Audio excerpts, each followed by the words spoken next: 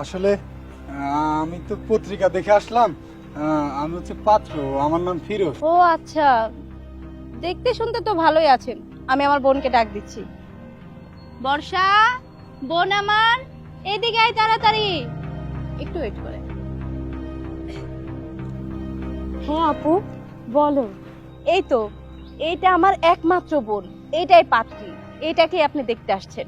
মাশাল্লাহ, আপনার বোন তো দেখতে অনেক সুন্দর, ঠিক পরীর মতো।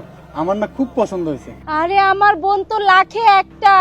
আমার বোনকে বিয়ে করার জন্য কত ছেলে যে লাইন নিয়ে থাকে সেটা বলার মতো না। জাস্ট ছেলেকে পছন্দ হয় না বলে আমার বোনকে বিয়ে দেই না। কিন্তু আপনাকে দেখে মনে হচ্ছে আপনি মানুষটা খারাপ না। আচ্ছা বোন, পাত্র তোর কেমন লেগেছে? আপু, অনেক সুন্দর দেখতে। কি সুন্দর মুখ, কি সুন্দর চোখ, কি সুন্দর তার হাসি। আপু, আমি তো এই ছেলেকে বিয়ে করব। তুমি তাড়াতাড়ি বিয়ে দেওয়ার ব্যবস্থা করো আপু। আরে দাঁড়া দাঁড়া, তুই হলি আমার একমাত্র বোন, তাও আবার আদরের। তোকে তো আর যার তার হাতে তুলে দিতে পারি না। আগে ছেলে সম্পর্কে ভালো করে জানি, তারপর আমি ডিসিশন নিব যে তোকে তার হাতে তুলে দেওয়া যায় কিনা। আচ্ছা, ঢাকাতে কোথায় আপনার বাড়ি? আমার ঢাকাতে বাড়িতে গুলশান একে। ও আচ্ছা, বাড়ি কি নিজের নাকি ভাড়া? জি জি, আমার নিজের বাড়ি। আচ্ছা, বিজনেস কি? আমার তো বিশাল বড় একটা গাড়ির শোরুম আছে। যাই হোক, ভালো। আচ্ছা শুনুন, আপনাকে আমারও পছন্দ হয়েছে, আমার বোনেরও পছন্দ হয়েছে। আমি চাই আমার বোনকে আপনার হাতে তুলে দিতে। কিন্তু আপনি তো আমাকে কলে বলেছিলেন যদি পাত্রী পছন্দ হয় তাহলে নাকি আজকে বিয়ে করে নিয়ে যাবেন। আর আজকে যেহেতু বৃহস্পতিবার, আগামীকালকে শুক্রবার, আমি চাই আগামীকালকে আমার বোনকে আপনার হাতে তুলে দিতে। আচ্ছা, আমার বোনকে তো দেখতে আসলেন, সাথে করে কিছু আনেননি? হ্যাঁ, আমি তো একবার রেডি হয়ে আসছি। এই যে ডায়মন্ড। বোন আমার, হাতটা বাড়িয়ে দে।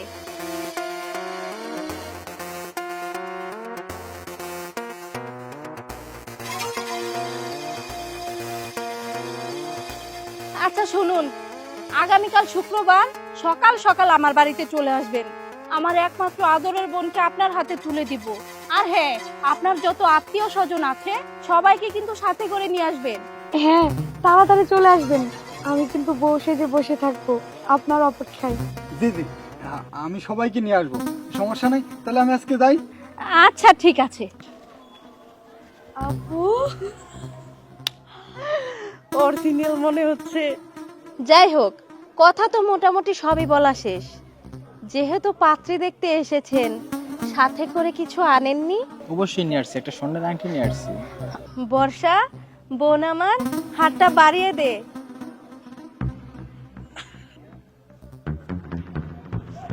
আচ্ছা ঠিক আছে, কথা তো মোটামুটি সবই বলা শেষ। তাহলে শুক্রবারে তাড়াতাড়ি জামাই এসে যে আমাদের বাড়ি চলে আসবেন, আমার একমাত্র বোনকে আপনার হাতে তুলে দিব। হ্যাঁ, আমি কিন্তু বউ সেজে আপনার জন্য অপেক্ষা করব। তাড়াতাড়ি চলে আসেন। আচ্ছা ঠিক আছে, আমি তাহলে কালকে তাড়াতাড়ি চলে আসবো। বর্ষা, ভিতরে যা। ওকে আপু।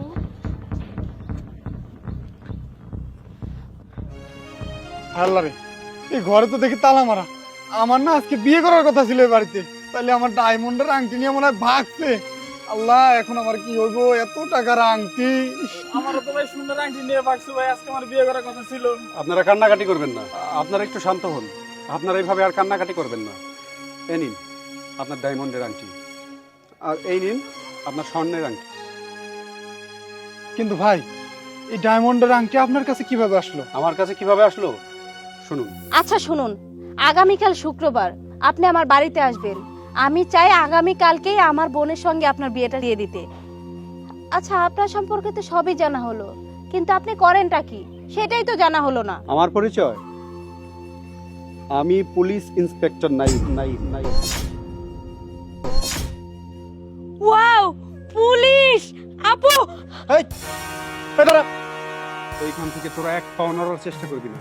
তোরা কি ভাবছিলি তোদের অপরাধের কথা কেউই জানতে পারবে না? আমি সবই জানি। তোরা দিনের পর দিন মানুষের সাথে প্রতারণা করে যাচ্ছিলি। আর না, তোদের সেই সুযোগ আর আমি কখনো দেব না।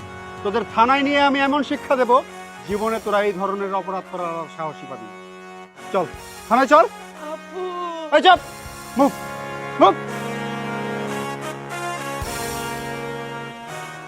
এখন আপনাদের ভয়ের আর কোনো কারণ নেই। আমি ওই প্রতারক চক্রটিকে প্রমাণস্বরূপ অ্যারেস্ট করে থানায় নিয়ে গেছি। শুনুন, আপনাদের একটা কথা বলি, এরপর থেকে আর কখনো পত্রিকায় বিয়ের বিজ্ঞাপন দেখে এভাবে বিয়ে করতে আসবেন না, তাহলে আপনারা প্রতারণার শিকার হতে পারেন। জি জি ভাই, আমরা কোনোদিনও আর এরকম ভুল করব না। ঠিক আছে, আসি।